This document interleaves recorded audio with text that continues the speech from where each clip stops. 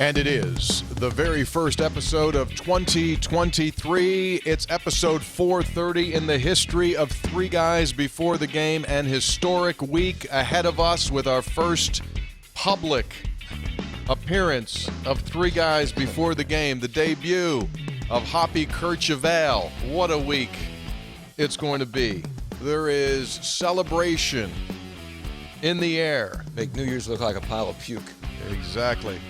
But wait a second. Why'd you start the year with a pile of puke? That's The Simpsons. That's from Simpsons. The Simpsons. But wait a second. As we were ready to celebrate and enjoy this week with great jubilance, great excitement, we got a problem at Mission Control. What? We got a problem. Mountaineers dropping their first two games in Big 12 play. And here comes Kansas on Saturday. The name of this episode is Hole Doug. That's H-O-L-E, Hole Doug, D-U-G. Got a problem here, folks. 0-2 in loop play. We're going to get into it, plus your text, comments, and thoughts. Three Guys Before the Game is brought to us by Go-Mart. If you are not a Go-Mart rewards card member yet, you need to do it. Sign up. It's super easy. Go to their website at gomart.com and sign up for the rewards. Why? Well, then you can save money on your gas, favorite snacks, and a whole lot more. It's Go-Mart. Just look around. Spin your head around. You'll see a Go-Mart. They're just all over the place. By Burdett Camping Center, the only warranty forever RV dealer in all of West Virginia. Visit them at burdettcamping.com. burdettcamping.com. Parts, sales, service, premier. RV dealer in the state of West Virginia, and when you buy an RV from them, the warranty lasts forever. Three Guys also brought to us by Comax Business Systems. Your full-service Konica Minolta dealer. Go to Comax Business Systems at comaxwv.com. Do you have that favorite blanket, favorite whatever, that you just kind of put on and makes you feel good and comfortable? Yeah, I do, actually. That's what Comax is. If you're a business owner, that's what Comax is. Comax is just a big blanket. They wrap themselves around you and they take care of your voice, manage it, your data, all of your internet situations, your networking, they got all that. Plus, when it comes to equipment, they go, what do you need? Got it, taken care of. It's Comax Business Systems, your full-service Konica Minolta dealer. And what they have done, they've basically, in sports terms, they've won the Heisman Trophy 10 times. Elite. They've been named an elite dealer. And no other business in the state of West Virginia in that world has ever received it once. That's right. ENX Magazine gave them a 10-time elite dealer status. Visit them at comaxwv.com. So in a week in which we will end this week on Friday with the Hoppy Kercheval unveiling, and we're looking forward to that. We will have fun on Friday. But for now, guys, well, super disappointing start to this Big 12 season for West Virginia. We went out there, we said a week ago when we recorded, you got a chance to get two here. Probably need to get at a minimum one, but you got a chance to get two. Computer says these are going to be close games. Well, computer was right. They were close games. Yeah. The problem is West Virginia did not get either, and now the Mountaineers sit at 0-2. Tony, let's start with the macro. Like you said, based on the pre-conference schedule, you had some optimism. You knew this was going to be a difficult conference schedule, and you thought, okay, can you go on the road and, maybe get two, who knows, but at least get one and come back and maybe split. And you lose two, and you put yourself in a hole here. If there's good news out of it, and believe me, this is a thin silver lining, is that the schedule is so tough, and the rankings of the schedule are so difficult. I mean, you saw the ESPN ratings that the top 10 toughest remaining schedules were 10 Big 12 teams. Yeah, that you got a chance to get it back. But you're going to have to play better to get it back. But you have, as you said, dug yourself a hole. Yeah, no matter how difficult the schedule is, and that was kind of a wow graphic that came out last night before the game, that the top 10 toughest remaining schedules of all 360-plus teams in the country are all Big 12 teams. In that order. So the 5 teams that basically played on the road on first Saturday were 6, 7, 8, 9, 10. The problem with that is this is still a numbers game, and unless you win, and we're just going to jump out, unless you win a minimum of 8 league games, you got no chance to go to the NCAA tournament. Here's a stat that I did not know of until yesterday. In each year that West Virginia, since joining the Big 12, has won at Oklahoma State, they've made the NCAA tournament. Each time they've lost at Oklahoma State, they have not made the NCAA tournament. But I don't think that means anything. No, it means. I mean, no offense. I mean, but no. I think it does mean something. Okay. I think it does mean something. I.e., that's a game that was there for you, and you had to win. Now you're right; it's still a 50-50 chance. Causation correlation. But I still think it's a telling stat. That Oklahoma State in basketball is what the Maryland football game was for West Virginia. It was kind of like that barometer game. Yeah. It's not done deal, but you don't like that. And now the question becomes, where does this team go now? So that's the gloom and doom. The gloom and doom is you're in some real trouble, and I know the sky is falling. And listen, there were some things that popped up that should elevate your concerns about this team. Free throw shooting was awful. Cost you a game on Saturday night. Right. That probably comes back. This has been a decent free throw shooting team throughout the first, whatever that was, 10 or 11 games, 12 games. So I think that comes back. The offensive struggles concern me a little bit because this league doesn't get any easier with the defensive teams you're facing. Mm-hmm. So that's a real concern. And that was a concern, guys. You can go find whatever episode we started talking about basketball this year, and it's remained consistent. The concern has been offensively. Who's going to score the points? Mm-hmm. Then you saw some of the non-conference games, and you went, okay, there's some pieces there. But if Erik Stevenson's not scoring, you got a problem. If Trey Mitchell's not scoring, you've got a big problem with those two, and take it from there. So that's a concern of mine moving forward. It still remains that. Defense. The defense is going to have to get better at spots, especially in the paint. You're back to, at least last night on Monday's game, you got dominated with points in the paint. You didn't score enough. You gave up too many. That's potentially a concern moving forward. If there's a positive, or if you want to look for something and get out of the way of, oh my God, it's doom and gloom, you're 0-2, you're in some real trouble, which you are in a hole. I think that's an appropriate name for this podcast. You did dig yourself a hole. Now you've got a great opportunity to dig out with Kansas and Baylor coming in. It's going to be a heck of a challenge, but Kansas gets weird here sometimes, right? Yes. They yuck it up sometimes here, so not totally unrealistic. But the trusty Ken Palm numbers that we've been talking about for months, going into this road trip, you were projected 9-9 in this league. And we mentioned those 5 coin flip games to begin the season. Well, unfortunately, you called heads on the first 2, and they both landed tails. So you're behind a little bit. But Ken Palm still only has you at 8-10. So if you look at it, you drop 2, but in terms of where the rankings are, where the computer rankings are, and they're not the end-all, be-all, but it's a good measuring stick, you're really down 1 game, not 2. Mm-hmm. And that's probably a more realistic take, right? Mm-hmm. You probably realistically, seeing what we saw from those other 2 teams, you probably should have been 1-1. And the one to me was Kansas State. That's the one that you're going to look back on at the end of the season if you're not in the NCAA tournament and say, we let that one go. Sure. Up double digits, all of those free throw opportunities, and you couldn't make enough to get you over the hump in a game you just simply should have won. Yeah, I'm with you. The 16 league games to go, and I don't disagree with you. I just think you just got to keep looking at the number. You got to get a minimum of 8 league wins from here on in. You basically got to go 8-8 the rest of the way just to have a chance. You go 9-7, then you're in the NCAA tournament. So that's what it comes 9-9, you mean? 18 league games. No, right? We already played 2. You're 9-7 from here on out. Yeah, 9-7 here on out. Yep. That would get you to the 9-9. Worst case scenario. Yeah. So now we'll see how this team reacts. A lot of stuff coming out of this. I had a thought. Yeah. Took a long walk.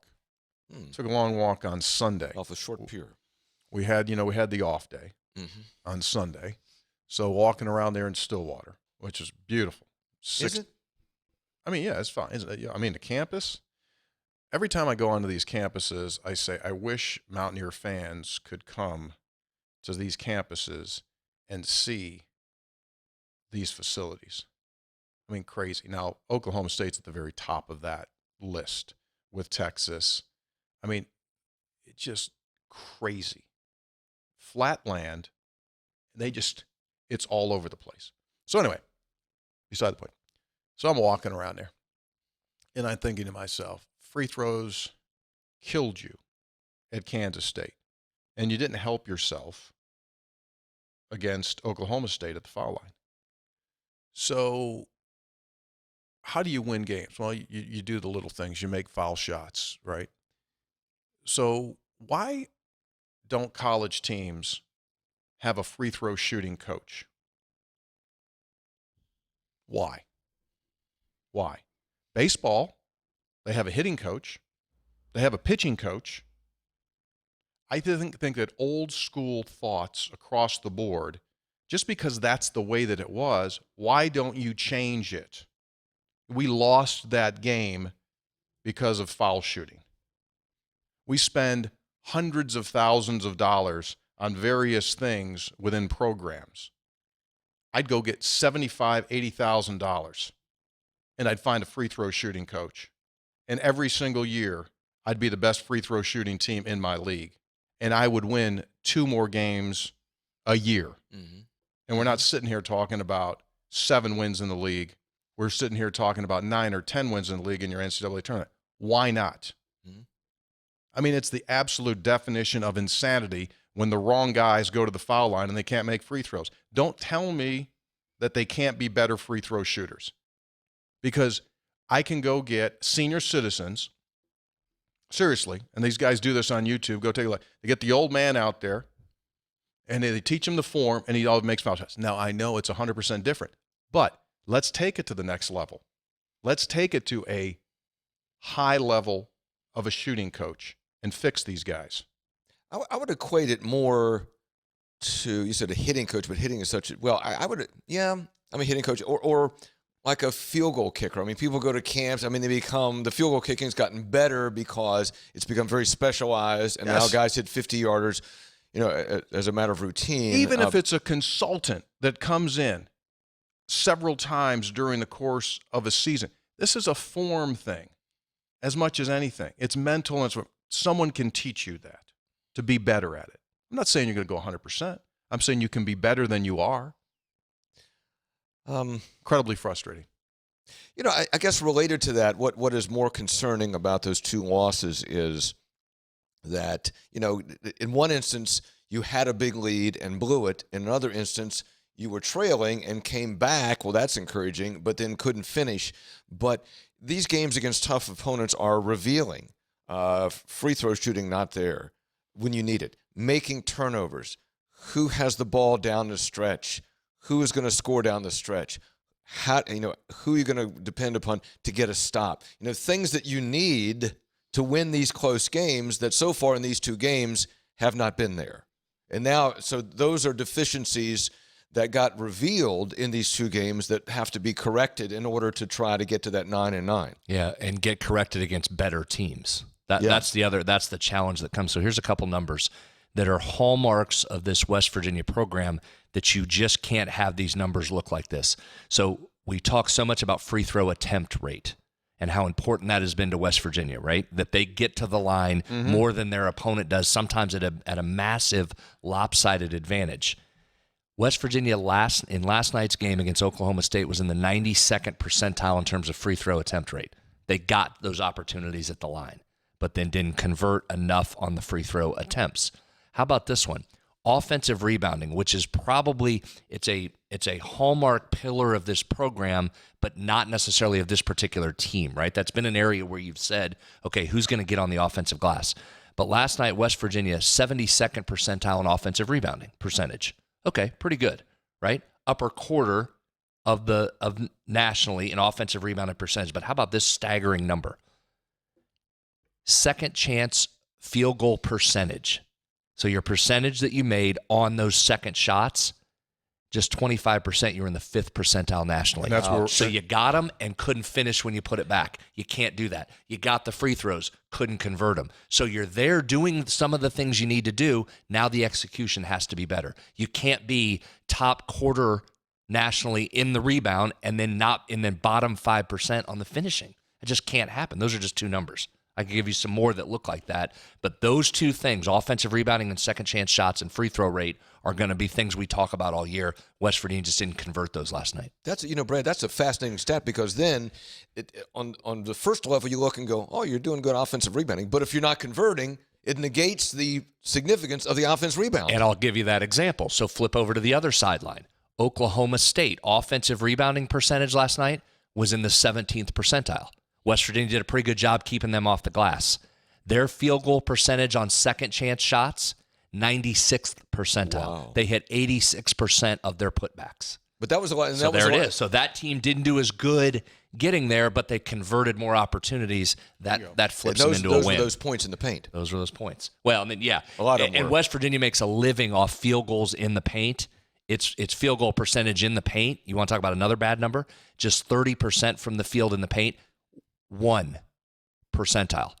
0's the worst you can be. It was the 1st percentile nationally, meaning at the bottom. So they're getting the ball close to the goal and they can't put it in. Can't score. And in today's college basketball, it's about rim and 3-point rate. West Virginia is not that. It takes a lot of mid-range shots in the paint, not just layups, and it's been making them in their wins. That's one that just didn't happen. A lot of those are correlated. Second chance points and paint points, because a lot of the second chance points are coming from where? In the paint. Yeah. Couldn't convert. Cost you last night. I just did the quick math on the free throw percentage in the two games. 56%. Ouch. And they went out onto the road 72%. They were 72, and I thought this was a good free throw shooting team. Wrong guys. Let's talk about that for a second, because it has been, and I think that adds to the frustration, it is something you've been pretty good at that lets you down in 2 games and cost you at least 1 win, maybe 2. I mean, you start to go down this list of guys. Probably the surprise is, believe it or not, Erik Stevenson, who's at 69%, which in and of itself isn't awful. But for a guy that only missed 1 all of last season, that's a little surprised that he's missed 10. But still, 69%, you're right around that 70% mark. Toussaint, 76%. Trey Mitchell, 86%. Kedrian Johnson, 80%.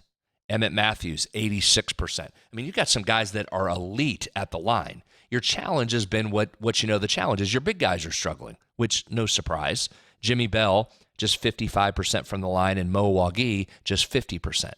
Again, that's not unusual for a makeup of a college roster, right? So you're really above average at your free throw shooting, but that's been the area that cost you a couple games. That's maddening. And maddening for the staff, right? And the players. I mean, that they're looking at something they've been very good at, and they weren't making them the last 2 games, and it's cost you. Yeah. Last night, in the matchup against the Cowboys, West Virginia shot it really, really bad in the first half. 32%, 22% from 3, 50% at the foul line. Second half, they shot 9% better, 41%, 33% from 3, and 65% at the foul line. But when you add it all up, you end the game at 37% field goal. Can't win. Tony, correct me if I'm wrong. I think about 6 or 7 minutes into the game, West Virginia only had like 1 or 2 field goals. Oh, yeah. And only had like 22 points at half, which was correct. the lowest output in a half, The score was almost this year? Yeah, the score was almost the inverse of Saturday.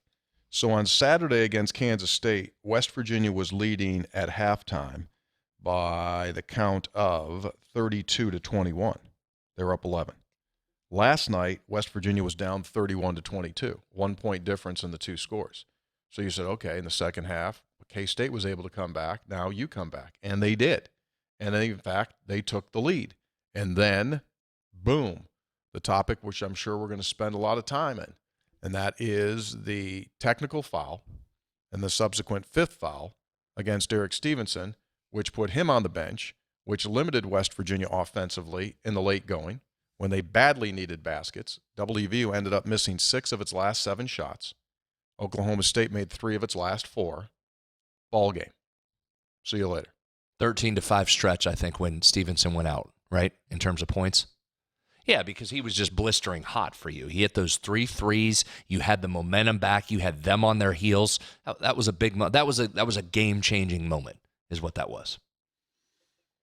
So it's a wow, right? 2 games in a row in which Erik has been involved in a situation which resulted in a technical.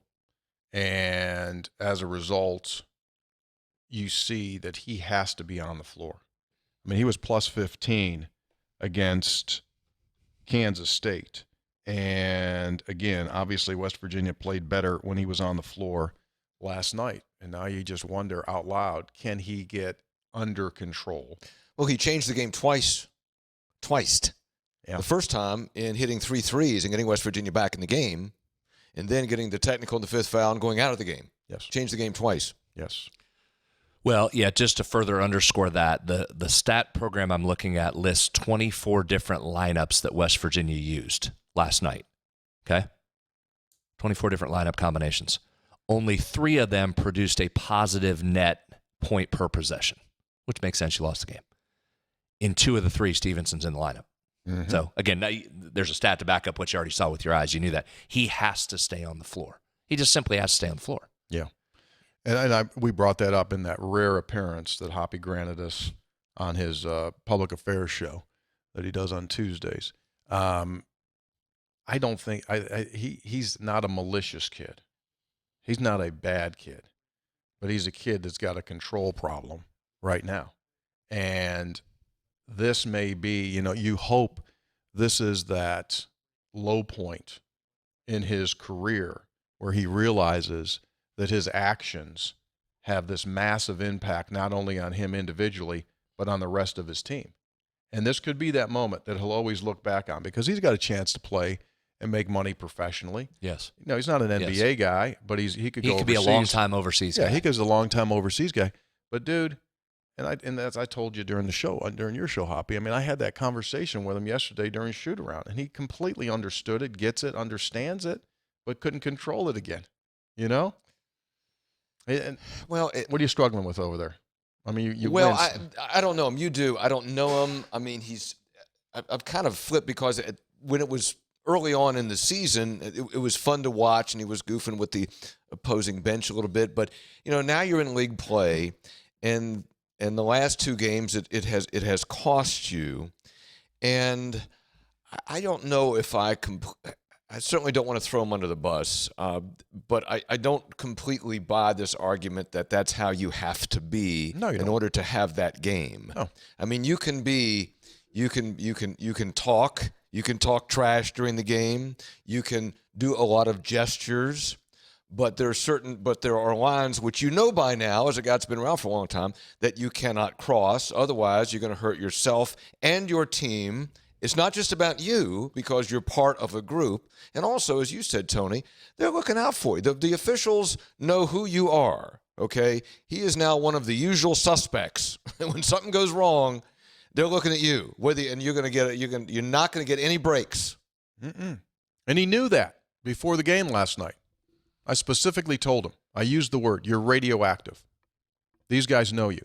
So back in his day, when he played at Wichita, that a league is assigned officials out of the Big 12 as well. So these Big 12 guys knew him from his Wichita State days. And it's like he walks on that floor, they know who he is, and they've got extra eyes on him. And as I said on your thing there, I don't know if they go to the video monitor if Emmett Matthews commits that foul at Kansas State when he got the technical. But I think they're looking at him. They're just watching him. And then he runs down the floor after he hits the 3, grabs his crotch last night. I don't know if they're looking at him that closely if he's, just some other dude, just a guy. They're probably not even looking at him at that point. And so here's the thing, and let me offer a little bit of a contrarian opinion here while acknowledging what you guys are saying is right. You can't do what he's done and get the tee and disqualify yourself. He's too valuable to this team. He's too important of a piece. But that's also how he plays and how he gets himself jacked. So it's not going to go from 100 to 0. And if it does, you lose some of the player that he's become. There's got to be a part of him. That's how he plays. That's how he gets himself jacked. That's how he motivates himself. And that line is thin. if he looks over at the crowd, and whether it was at Marcus Smart or whomever in the crowd, and yips and yaps and even makes some hand motions, I don't think he's getting teed up. It was a specific gesture that probably cost the line and earned him the tee. So that's not an all the way one side or the other. I agree with you. It's a lot of that behavior can still be fine and part of your game. It just can't go the other way. Absolutely. And that's easy for us to sit up here and say it is hard when you're that guy and you live off emotion and you're driven off emotion and you play off emotion and you're in emotion and the whole crowd's been screaming at you all game and you're absolutely blistering on fire and it just got the best of him for 5 seconds. And I think you're 100% right that if it's not Erik Stevenson, they're not looking directly at him. Because there were other moments in that game where guys were gesturing and there was no call. Yeah. So that's some of it. So I guess I'm just making the point. It's black and white and that you can't do that if you're Erik because he's got to be on the floor. It's not black and white in changing behavior that's a part of his game that's not all bad, I guess is what I'm saying. No, I him get you. talking and yapping and gesturing is part of what has made him a really good player. That's in there too. I agree with you 100%. He just can't do it. I mean, he needs to keep that to his teammates. And I'm not saying I want him to be a robot in the lab. You're right. He needs to play. But you just have to know what you can't do. And you can't do that. And you want to celebrate and bang your chest. You can be emotional as all heck, but you can't do the negative thing. You can't do the negative thing because obviously that was it. That law. You know, do they win with him in there the rest of the way? Don't know. We never will know, but it would have had a better chance based on Brad's stats that 2 of the 3 times, the 3 pluses that West Virginia had last night, 2 of the 3 times he was in the lineup when that happened. That's 2 games in a row. He's plus 15 against Kansas State. There's your story. So a lot of soul searching until Saturday night when those pushover Jayhawks of Kansas. Well, West Virginia always beats Kansas at home. Yeah, those pushovers from Kansas come in. So we'll see how that all unfolds. Sold out crowd. The shame of where you are with an 0-2 start is if you were to win these next 2, they would just be massive wins, right? On a national level. And that just gets you back to 500 in the league. That's the challenge, right? Normally you would like to say, if you beat Kansas and Baylor back-to-back, you'd be saying, all right, sweet. Now we're not only worried about just getting the NCAA tournament, we're contending for this thing now. Now we're in the hunt. This just gets you back to level par. That's the challenge that you've created by dropping 2 and not getting at least one of these on the road. It has, but you're going to, if you manage to win, I mean, those are going to be standout wins. And changes the whole tenor of the season. Yeah. Right? Right now, most people listening to this, including us, are, right? And there's some saying, oh, no, here we go again. It's the same setup as last year. You're going to lose it. So it completely can flip. It's we've said this before, Hop, about this league on both football and basketball. With great challenge comes what? Great responsibility. And great opportunity, right? So you can flip the tenor of this season. What it became over the course of 48 hours and put everybody in a bad mood can turn quickly, but it's a heck of a challenge. Yeah, I agree with you. Do I like being 0-2? No. Would I like to be 2-0? Yes. Is this thing done? No. You got 16 more. You got 16 more. So you got to fix it, obviously really super quick, because 2 could go to 0-3 real quick. And then if you're really down, all of a sudden you're 0-4. See ya. Then you're done. Really? You're saying You lose 4, you lose your first 4 games, you'd have 14 games left, and you'd have to win 9 of your last 14 after you lose 4 in a row? So you're saying you got a must win or 2 must wins? No, I'm not saying there must win. No, you just did in a different way. I'm just saying I'm not. Why is he putting? Hey, Brad, why does he put words in my mouth? Well, he's kind of right. You kind of did say that without saying it. Yeah, it's kind of. If you're 0-4, you're done. Okay, so it's a must. Contextualize if the you're done or the thing you're trying to get to is NCAA tournament. Right.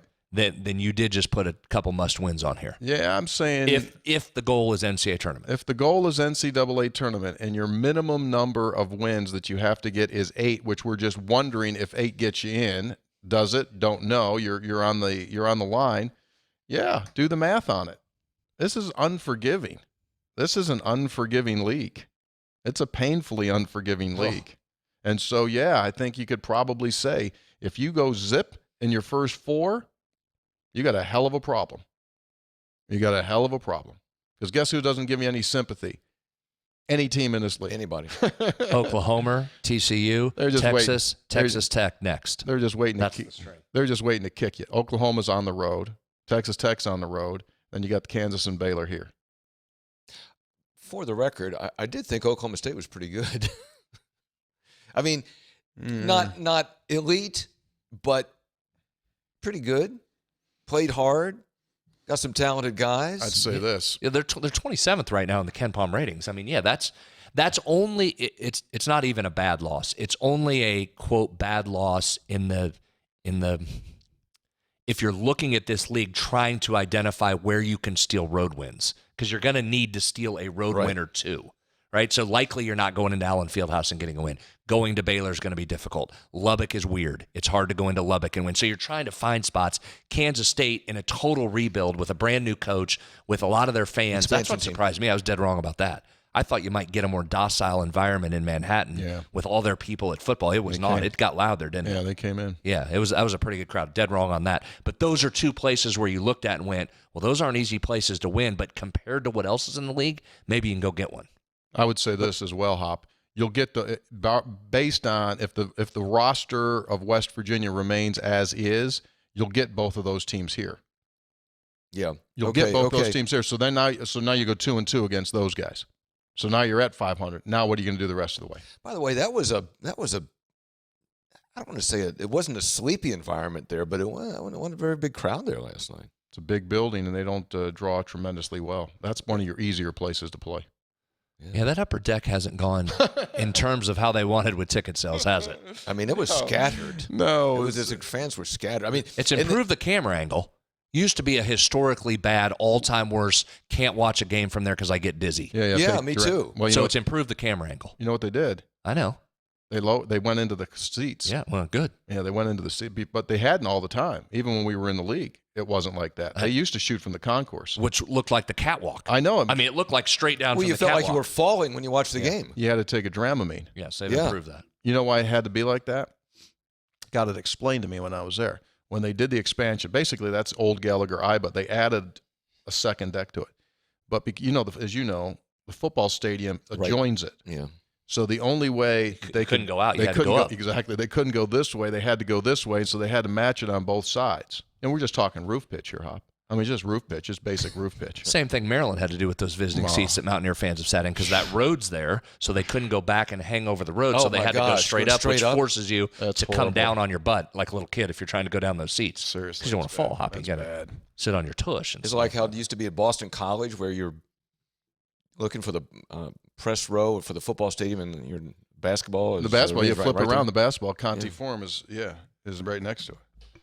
Three guys before the game brought to us by Burdett Camping Center, the only warranty forever RV dealer in all of West Virginia. Visit them at burdettcamping.com. There's a very strong chance if you are in West Virginia and a RV drives by you, it's from Burdett Camping. That's not anecdotal. That's not confirmed, but it's probably, we believe it to be true. Probably a lot of bowl games. I think I saw some. They had those sky shots of the Rose Bowl yesterday. Mm-hmm. See some Burdett campers? I think I did. Yeah. They were there. It'd be a good way to drive out there. What's that? It'd be good. That'd be a good way to get out there. Oh, yeah. Because you know why? Why? If something, God forbid, were to break down like in Wyoming, you're still fine because it's covered under warranty. That's right. Some guy named Wyoming reference. some guy named I think it was Vince. Some guy named Vince came up to me yesterday and lives in Oklahoma from West Virginia. Yeah, of course he is. And said he thinks he's the only Italian in Oklahoma. Unconfirmed at this point. Does he still own land here? He lived in He was from Erie, PA. Went to school here, then lived in Parkersburg. Now, out in you know who else was out there? But not sure if he has Wood County land or not. Not sure. Okay. You know who else was out there? Hit both games. Our producer Mark Spruill's mom and dad. Reason. They just drove out. Had some friends in Kansas.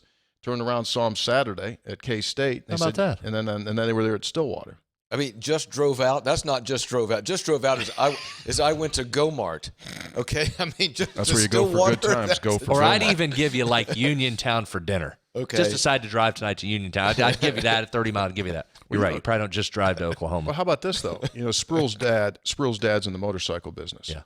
And the company that he works for is in Boise, Idaho. And he told me the other night.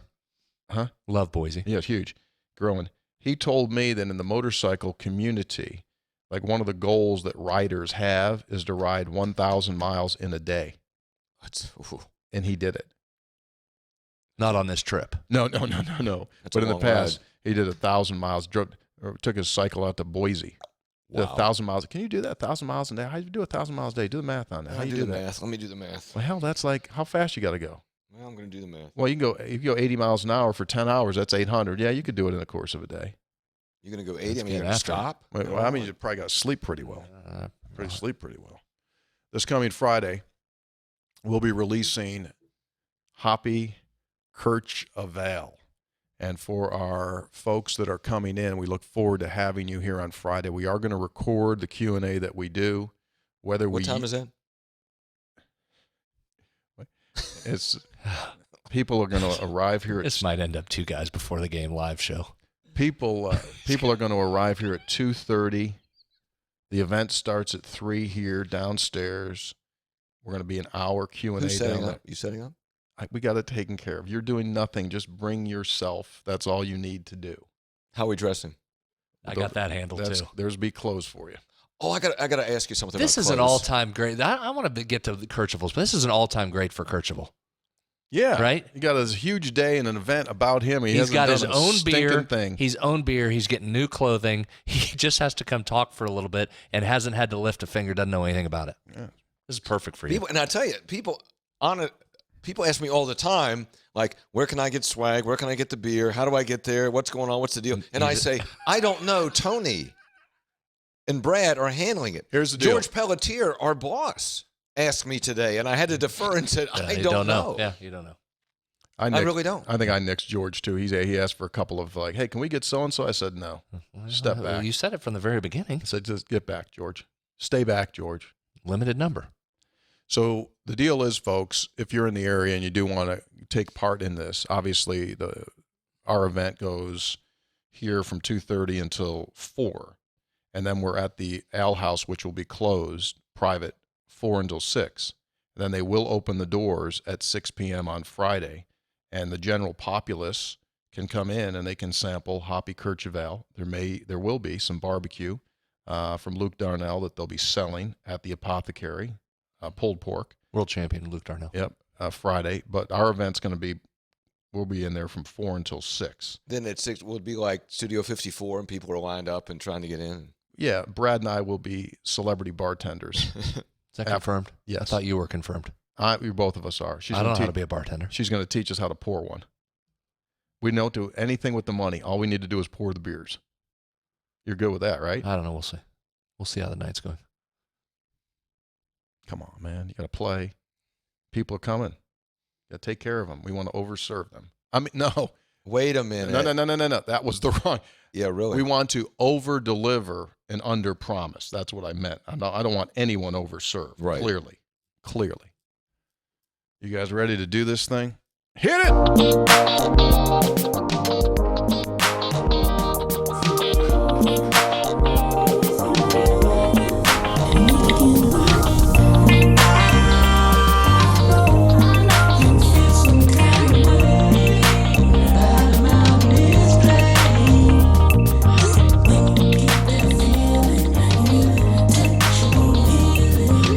Might hear this song.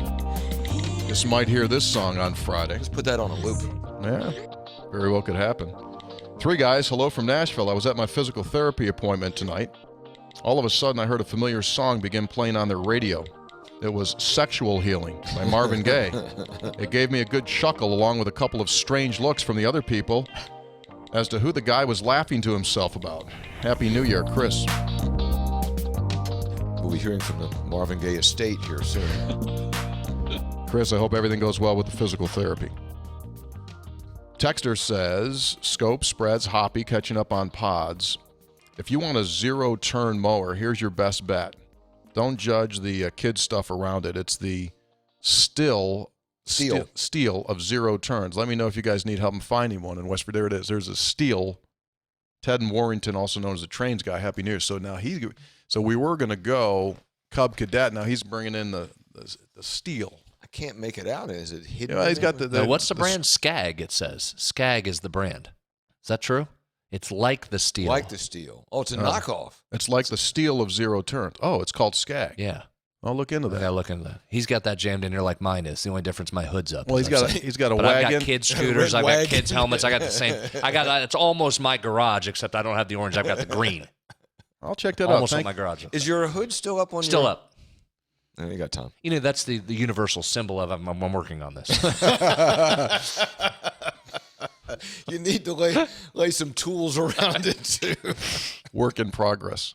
Take a picture of that and bring it in for the next show. I want to see that. Texter. Wait. True, too. What did I miss? Is C.J. Donaldson not transferring? No. Not At this yet. point, no. A lot of people thought that he had taken his stuff off of his social and that he was out, but at this point, he's in. Saw him do some NIL ads after there was the speculation that he was leaving, and so perhaps, Good. that helped out. Hey, three guys. At minute 26 of the 429th episode, there was a glitch in the Three Guys Matrix. Tony's talking about the nice musician fella that you had in the studio and his friendship with B.E. Taylor's son. Then, the senator starts breaking down the new tight end, Cole Taylor, and going over his stats. This doesn't bode well for my HDADD, high definition attention deficit disorder. Vivid memories of useless facts but no attention span. P.S. You also made me realize that my wife answers questions like Bob Huggins. Pete says, "Hey, honey, do we have any extra bulbs for the hallway light?" My wife says, "I'd really like to replace that hallway light." Love the show, Pete in Pennsboro. That's a great story there, and I think it illustrates too sometimes the communication problems we have between men and women. Yeah. Three guys. Country Roads Trust needs to create a scratch-off lottery and put it in every gas station in West Virginia. Guaranteed millions in revenue for players. Signed by Dustin. I'm looking for land in Monroe County if you know anybody. Monroe County is beautiful. Hey, guys. I'd like to wish a Happy New Year to all three of you clowns. Hope your holiday season was, pretty good. Over the holidays, I'm spending time with my uncle, who spent his childhood growing up in both New Orleans and the D.C. area. He's telling me a story about going hunting with some of his friends right after he graduated high school.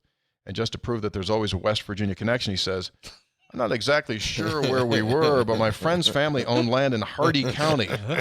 See? Dan in Damascus, Maryland. No surprise. Texter, Santa drinking the Courchevel picture brought up so many questions for me, such as, if Santa gets too drunk, do the reindeer count as a designated driver?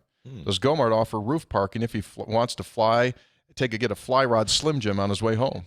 If Santa gets hammered, forgets what time of the year it is, and tries to deliver packages on any other day other than Christmas, would he be charged with breaking and entering?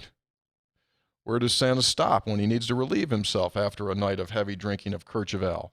Does he just kind of go right off the side of the sleigh mid-flight?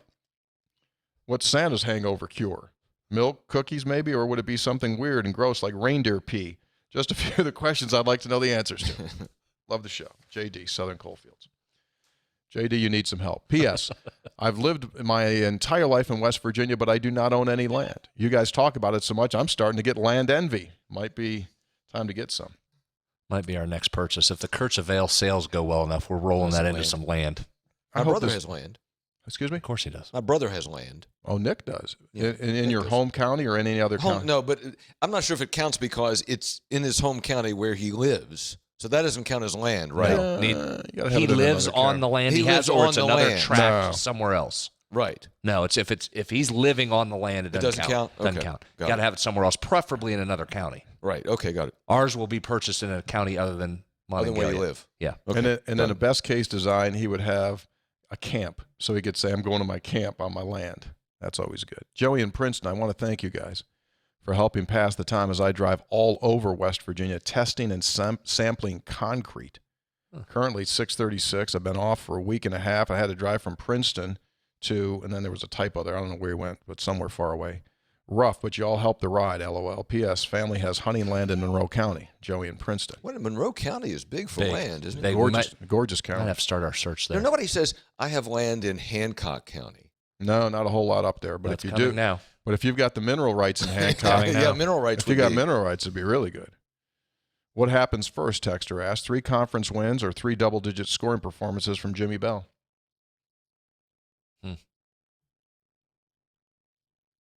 Probably wins. Scopes, Dean, and Baby Hugs. That's you, Brad. Who's Baby Hugs? Me? You. Because I wouldn't answer your question. Yeah, you just answer what you want to answer. For the past few weeks, we've heard you from the schedule will be coming this week. Wait, for the where's the schedule? Wait, let me do this. For the past few weeks, we've heard that the football schedule will be coming this week. I've relayed that message to my fiancée, whom I've finally convinced to let us get married in Morgantown. The only thing holding us back from the date is the schedule. Could you provide an update? I'd really appreciate it. Thanks a lot. Shannon in D.C. I've recused myself from any further prognostication. You were saying, this week, next week. That's what they keep telling me. It's because of info. It's because of the negotiation that's going on among the parties of the television networks in the conference for the easy buyout. Let me give our texter a hint. The schedule will change from year to year. So you may get married at an away game or an open weekend, but it's not going to be that way every year. Take it from somebody who got married on the open weekend. You're talking about anniversary. Yeah. Yeah, I hear you. So you did that. I did that. You got married on an open weekend, but it was not open weekend every year. So then every year since then, it's like, what are we doing for our anniversary? K-State game. You said tune in. I'll be there. Join me. Don't worry, next year it's Oklahoma. Texter, Scopes. Maybe. Is Jimmy Sexton Hoppy's agent? Hoppy's got a sweet deal. He's always on vacation. Yeah. Sweet deal. Jimmy Sexton will get you a lot of vacation. Texter, celebrating New Year's and the upcoming Mountaineer win with some great tomatoes in Fort Mill, South Carolina. Happy New Year, gentlemen. Have those San Marzanos. Look at these ones here. These are tomatoes, Taylor. Small. Those are not a regular-sized plum-type San Marzano tomatoes. They're baby San Marzanos. Like mini-me San Marzano tomatoes. Pretty good. I think they're from, where did they get them from? Trader Joe's has got those. They'd probably be pretty tasty. Texter, hey, Tony. My wife saw this and thought of you because of your deep connection with the Mothman. My wife loves you guys as I do. Signed by Bruce Haley. See that, Hoppy? State of West Virginia, and so he's got the Mothman.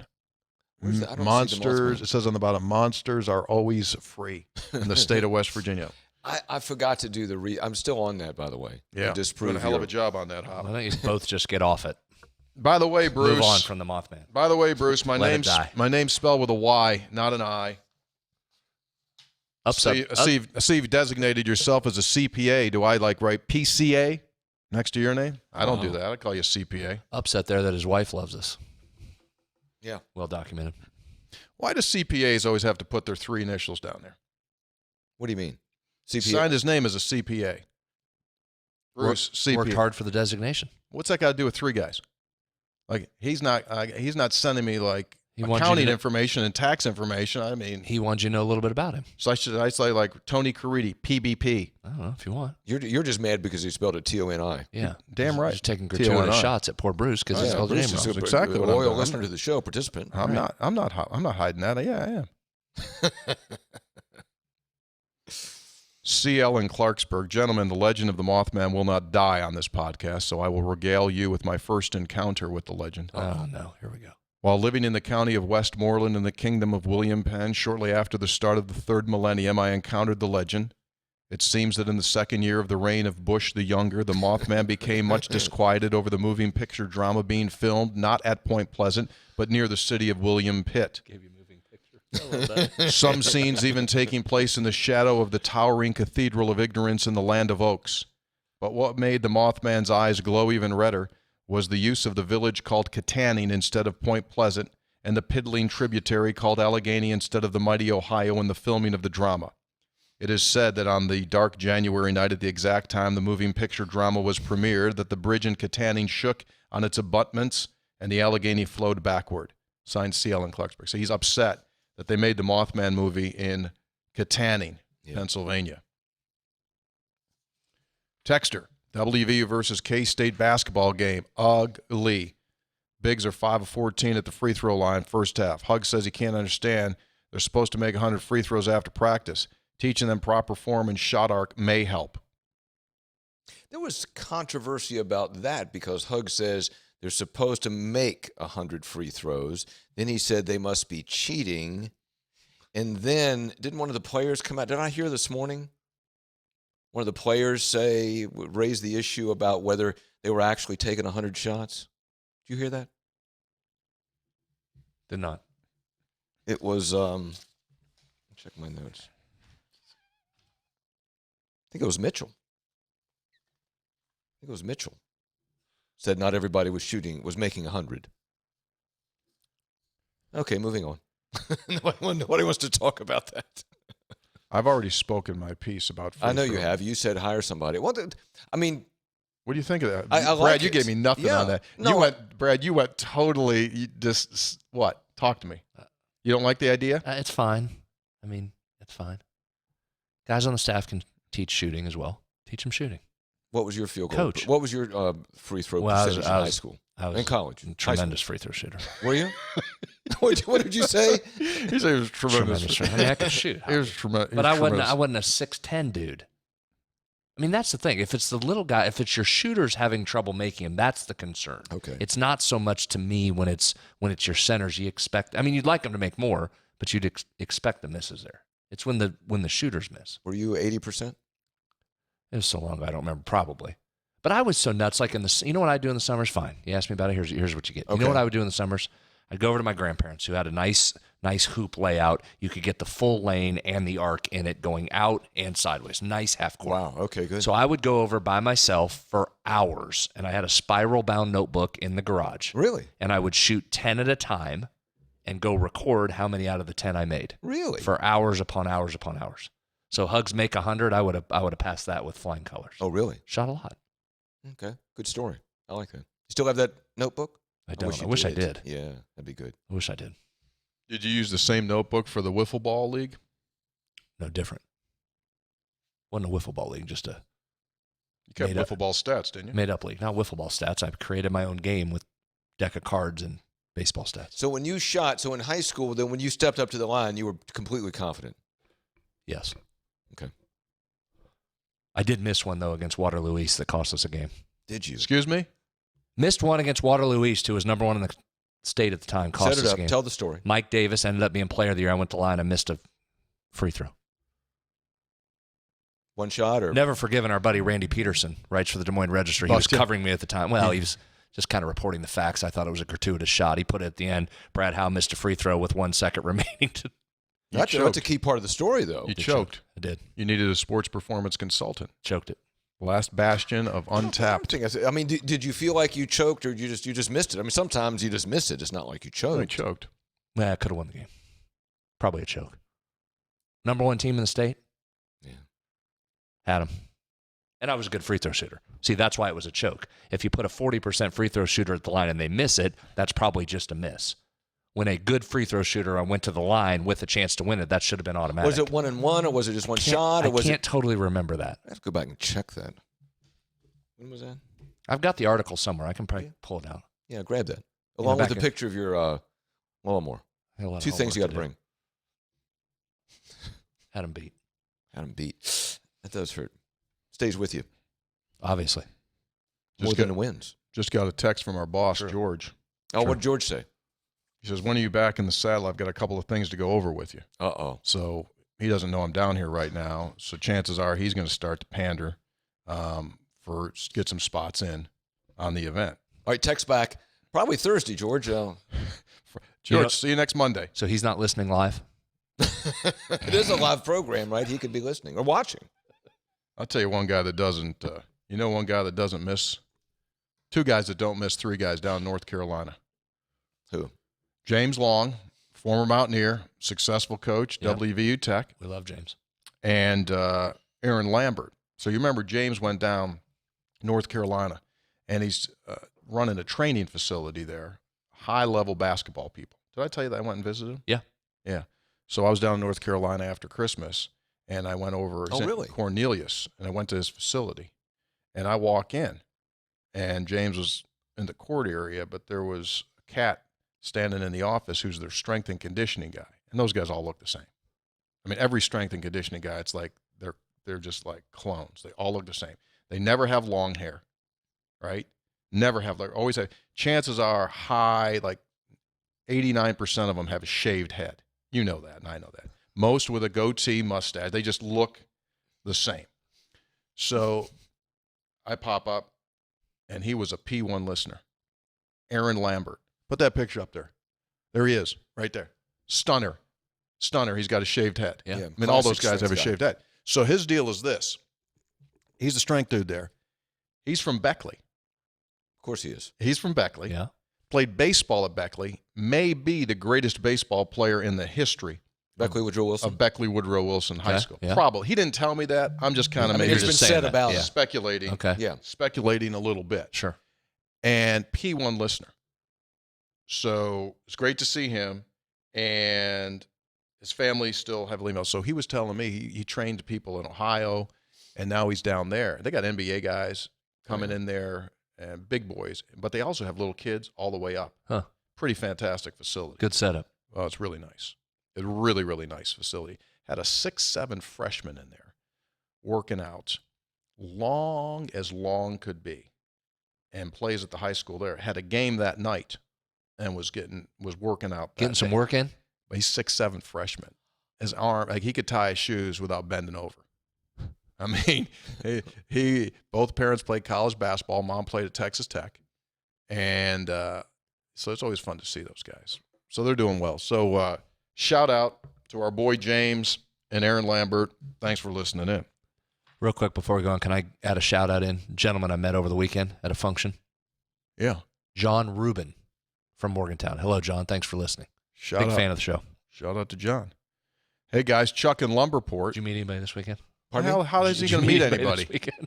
Unless there was a burglar in his house, he didn't meet anyone.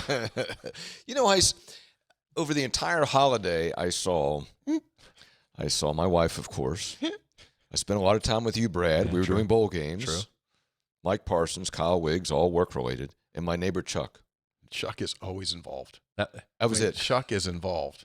Chuck is always around. That was it. Yeah. No one else. Chuck got any tools? Chuck's got every tool.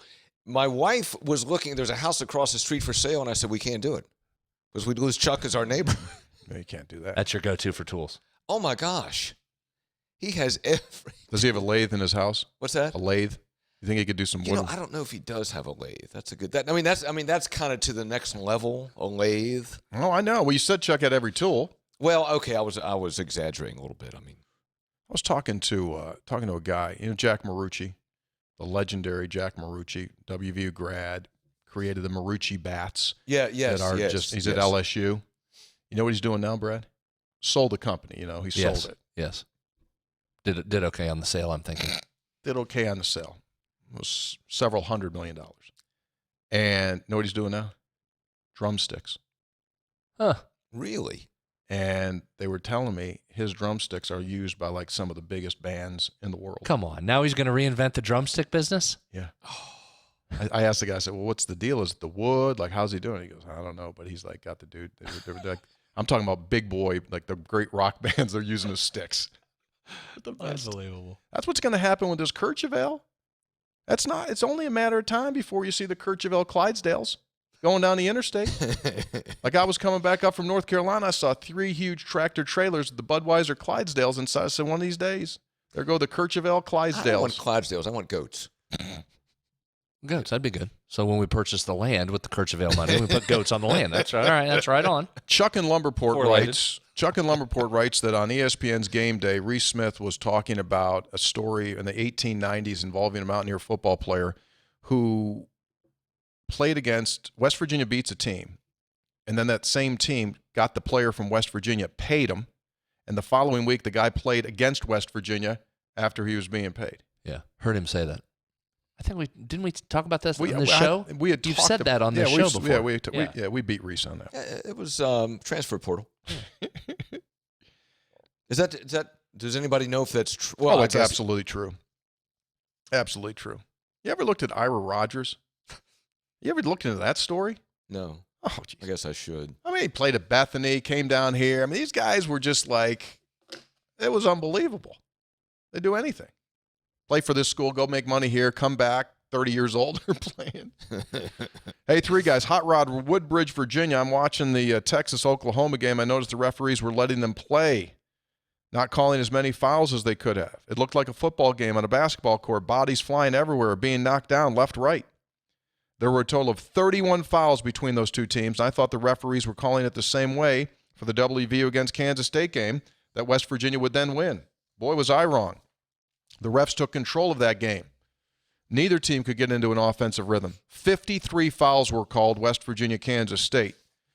And the texter says it's totally ridiculous. Although if West Virginia shoots its average of 70% from the foul line, they win. Just to be fair, I checked out all of the other Big 12 games and noticed it was pretty even across the board. 31 fouls, 32, 31, 34 total calls, with the West Virginia game being the exception. I still believe in this team, believe they will be faring much better against the Pokes. That didn't age well. A last shout-out to the TCU football team. Great game, great coaching. Go beat Georgia. Wasn't Tim Higgins on the game last night? John Higgins. John Higgins. Yeah. He's been around for... Yeah, so when it comes to the officiating... Am I thinking the right John Higgins? I mean, hasn't he been around forever? Am I thinking of somebody else? No, you're right. No, there was Tim Higgins. There was and he Tim was Higgins. around forever. Tim John Higgins was has Big also been East, around. and then John Higgins, but John Higgins has been visible and around for a long time too. Okay, but you might have Tim Higgins in your memory. Yes, I do. Yeah, old Big East official. Okay. Yeah. That's where I got confused. Last night, there were 46 fouls called in the game. Here's the deal on the free throws in the two games West Virginia just played. They were 17 of 28. They took 28 foul shots. They took 28 foul shots. They took 28 foul shots. Took 28. Oklahoma State took 17. You missed your foul shots. Against Kansas State, West Virginia took 38. They took 34. You missed 18. Your chance was there. Brad, what do you have the most confidence in, your analytics or your superstition? If you're diving into your analytics and they tell you that West Virginia would win and cover easily, and you're ready to place your bet, and you realize that you accidentally have put a shirt on that West Virginia always loses in, would you wear it? Do you make the bet? Tremendous question. I'm not sure my analytics ever tell me West Virginia's going to win and cover easily. I can always get nervous about that. That's a good one. I think I have become less superstitious with age. Oh, that's good. Unless I'm also not involved in it day to day, which has helped. So analytics is the answer. Trust the numbers. Guys, I was in Stillwater last night for the game, and as you know, we stole defeat from the jaws of victory again. Two quick questions. Is the offensive malaise that we have seen since Stony Brook a slump or the real version of this team? I'm concerned. 2, Erik Stevenson, simultaneously our best player and our worst problem. Tony, you've been an advocate of sports psychology for years. It's insane to me that our athletic department doesn't invest in a full-time sports psychiatrist that could work with our athletes. Why is it? Stevenson would greatly benefit from the therapy sessions to hone in on his competitiveness. He could and should be a pro, but his stupidness, as Hugs called it, is killing this team. Matt in Tulsa, Oklahoma. West Virginia has sports psychology, have had, I don't know exactly where that stands right now, if there's a full-time person in there, if there's a transition, I think that may have been going on, if there's anyone that's been hired full-time. Dear Tony Hoppy and the rapper formerly known as Little Hugs, I watched the second half of K-State. Best thing I can say about it is it's over. It was a 3-star suckaroo as both teams, and the rest were bad. Just hard to watch. The team's been flat for the last 3 or 4 games. I thought Kedrian made some very poor decisions on offense, less than stellar on defense. Bell, forced down low, lacks athleticism. Stevenson seems to be the straw that stirs the drink, and I think his sitting for much of the game hurt. Also, Emmett's not 100%. He does not seem to be playing as well as he did early in the season on either side of the ball. Your thoughts? I think, didn't Emmett have just like 3 shots last night? I know he got in foul trouble, but is that right? 3 shots? Yeah, I was surprised that he wasn't on the floor more. No, he had a bunch. No. In the second half. He took 10 shots. Oh, did he? No, he didn't. My second time out. That was K-State. He took 3. He took 3. He was 2 of 3. He only played 15 minutes. I don't know what was up there. He was not. Pat Sumnick went in there, only played 6 games prior to last night, and he did well. Yeah, he Did did. real Battled, well. and I mean, he Gave you some energy. Yes. Contested some shots. would have liked one of those putbacks to fall Yes. for him, but he, friend of the program, well, not this program, Sportsline, friend of the Sportsline program. I thought he was great. Yeah. Gave you a +8 in the second half while he was in there. Next text. Real quick on Emmett. I want to point out something he did Saturday that I thought was a typical what you're getting for Emmett Matthews this year in the leadership department. He went in, Tony, it would have been, I don't know which side you were sitting on, but it was to the left on our TV screen as the teams were going down, Kansas State getting ready to shoot a free throw. 2 Mountaineers converged on the official and were yipping. Got him out of there. And Emmett went in and put one hand right in the middle of the chest on one of the players and pushed him to his spot, took the other guy, pushed him to his spot. I thought it was an excellent representation of what Emmett gives you. Yeah. I took a lot of heat on this. Both games last weekend, Tony, I sat down to watch at exactly 6 p.m. Why?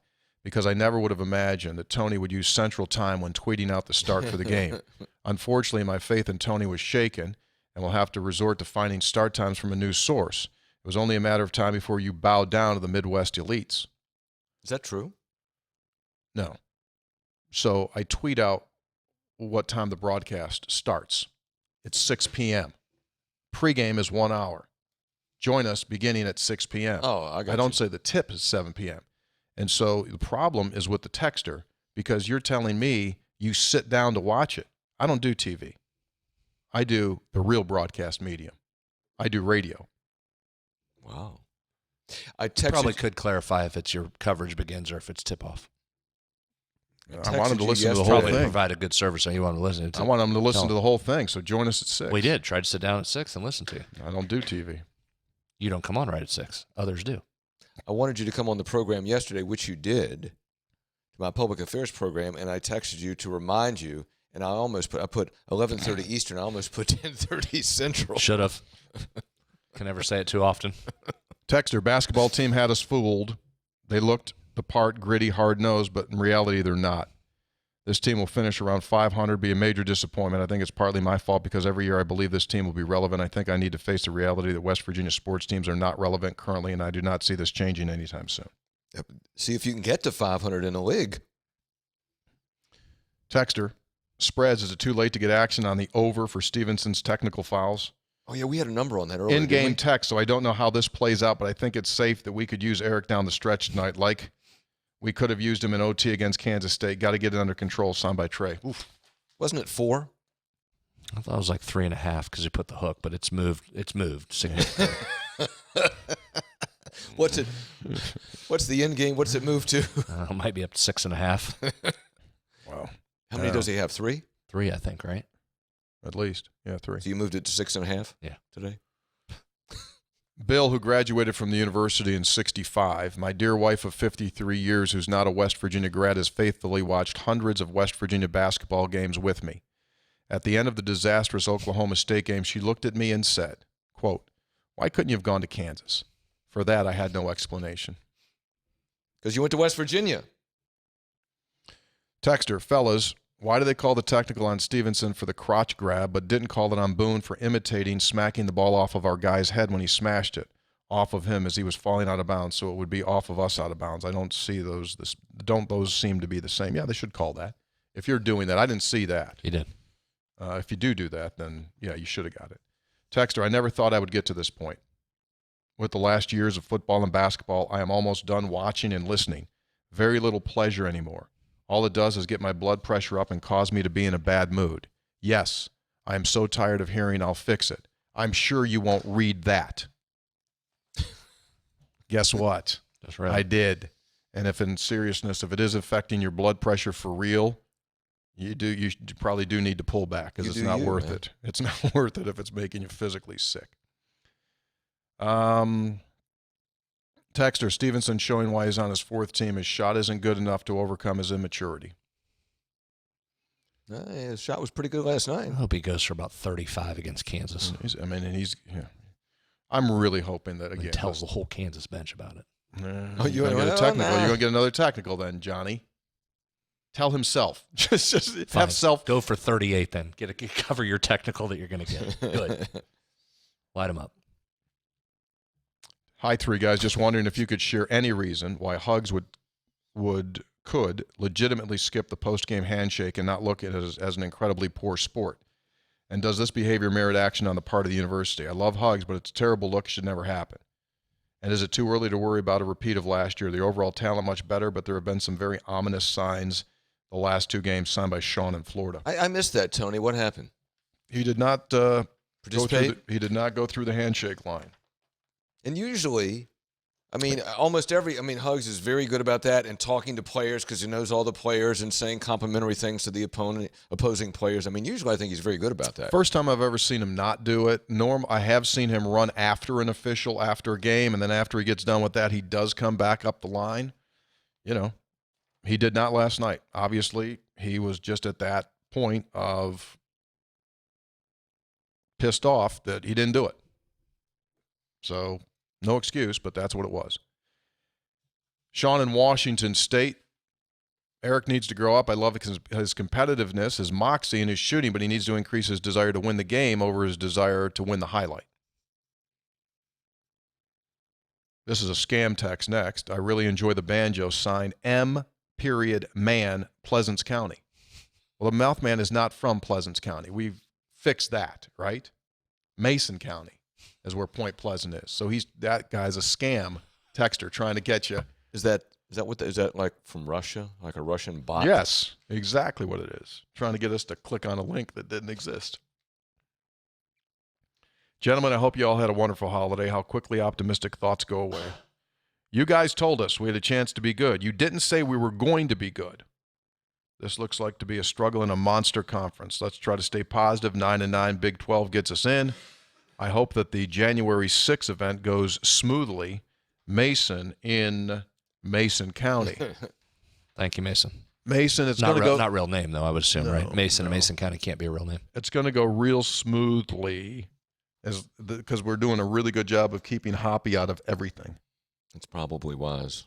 It's going to be like really, really good that it's going to be, yeah.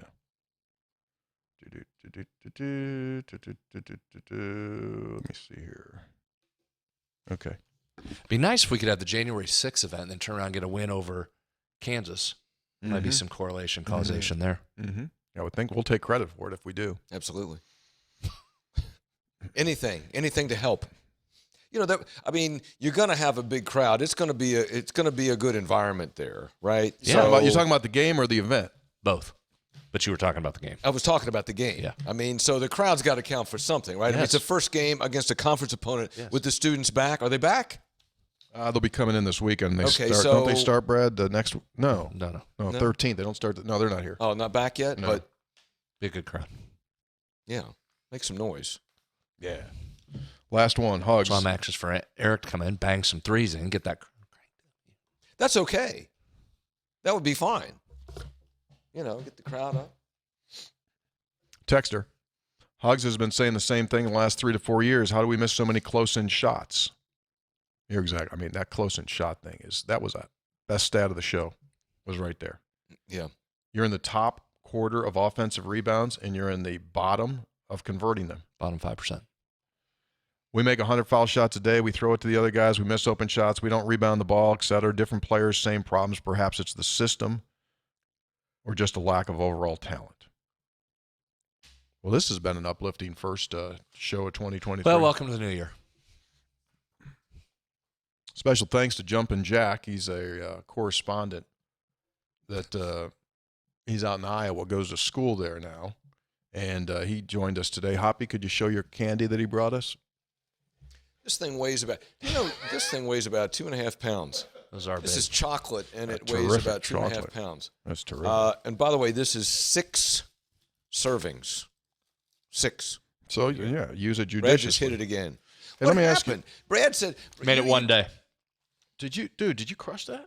Not all of it. I'm starving. I didn't eat before I got here. Whose fault's that? I was busy working on details for the January 6th event. Got behind in my food. I understand. So Was working on gear for you. So what's the deal with you? Yeah, what's the deal with you? I heard you're going to Charleston during the session. Oh, yeah, we got to talk about that. What? I need to talk to you about 2 things. One of them has to do with Daniels, and one of them has to do with me going to Charleston for part of the legislative session. So what days are you going to do the show What from does that down mean? there? Well, for Charleston, I'd like to be in Charleston on Wednesdays and leave Tuesdays like Tuesday late in the day, and broadcast from there Wednesday and Thursday, come back Thursday and be here Friday. But I don't know if that fouls you up. I mean, Well, believe me, we did a lot of shows without you during basketball season. I know. I was. You were gone. I mean, he was a seasonal employee for the first 2 or 3 years. He was seasonal. True. Till COVID, that kept him here. True. So what the Daniels thing is, you want to have some nice threads when you go down there and sit in the rotunda? Well, I'm trying to decide whether to buy new shirts or get the shirts I have. I got to get them. Do both. Tightened up. Do both.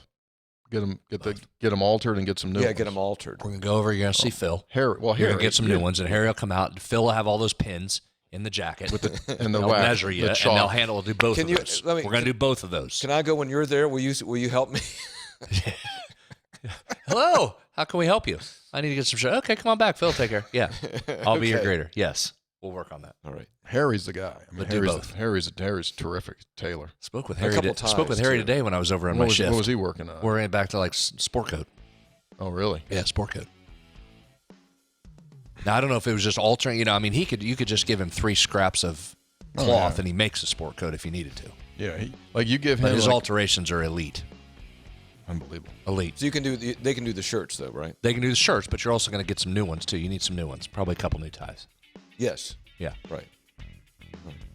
Maybe not a jacket because you just go shirt and ties kind of your deal. No, you have to wear a jacket. Oh, you do have to wear You have to wear a jacket? Is that right? Well, you do. I mean, people dress pretty nicely there. Oh, do they? Oh, I didn't know, Hoppy. Hi, bro. I didn't know, Hoppy, that people dress very nicely in the Capitol. Why wouldn't they? Going to the Greenbrier for tea or the I mean, legislative what are we session? doing? We didn't know that. I thought the Capitol was for the common person, that you don't have to, like, be a big show-off there. So that answers one. So we can't join you on one of these trips and broadcast 3 guys from the rotunda. What would happen? But we just have to go full Daniels gear with all our nice stuff. No. The legislators, they typically, well, the men, when you're on the floor, wear coats and ties. Coats and ties. So a lot of people wear. Hey, what would happen if Brad and I did go into the rotunda? Could we get any 3 guys conversation going? Oh, my gosh. Mountaineers, if we walked in? Oh, yeah. Absolutely. We might do our second beer fest inside the rotunda of the Capitol. Will you have like a thing of Courchevel, like a growler, at your table for promotion of 3 guys when you're doing your show? Maybe. That might be pretty neat. That'd be a good prop for the set. Absolutely. It really is neat. And you should come down when Preston County's there because they make buckwheat cakes and sausage in the rotunda. Wow, that's a pretty good We'll deal. have to work on that. Yeah, it's pretty good. What day does the Mothman go down? Does he show up at all? There probably is. I mean, every day is something, where there's something special. There'll be a group or an organization, and it might be like a tourism thing. I'm sure there's a tourism day, and it might have a Mothman display there. I like it. Well, given our support of tourism on the show, maybe we should go down for that day. Absolutely. Well, you guys are welcome anytime. We'll have a broadcast location there. Just let me know. We will be back on Thursday to preview West Virginia and Kansas in our final preview of the Hoppy Courchevel unveiling. Are you here this Thursday? Yeah. Going to be real nice, Clark. Real nice. We're out. Producer Taylor Kennedy, double secret producer, Jumpin' Jack. 3 guys before the game brought to us by the Burdette Camping Center, the only warranty forever RV dealer in all of West Virginia. Visit them at BurdetteCamping.com. Comax Business Systems, your full service Konica Minolta dealer. Go to Comax Business Systems at ComaxWV.com. Just call into Comax. Ask for Bob. Bob takes care of everybody. Fantastic service. And by GoMart. If you're not a rewards card member yet, you need to be. Sign up today at GoMart.com. You can save money on gas, food, snacks, a whole lot more. We're back again on Thursday. Checking out 3 guys before the game, episode 430. Hold Doug Dunn.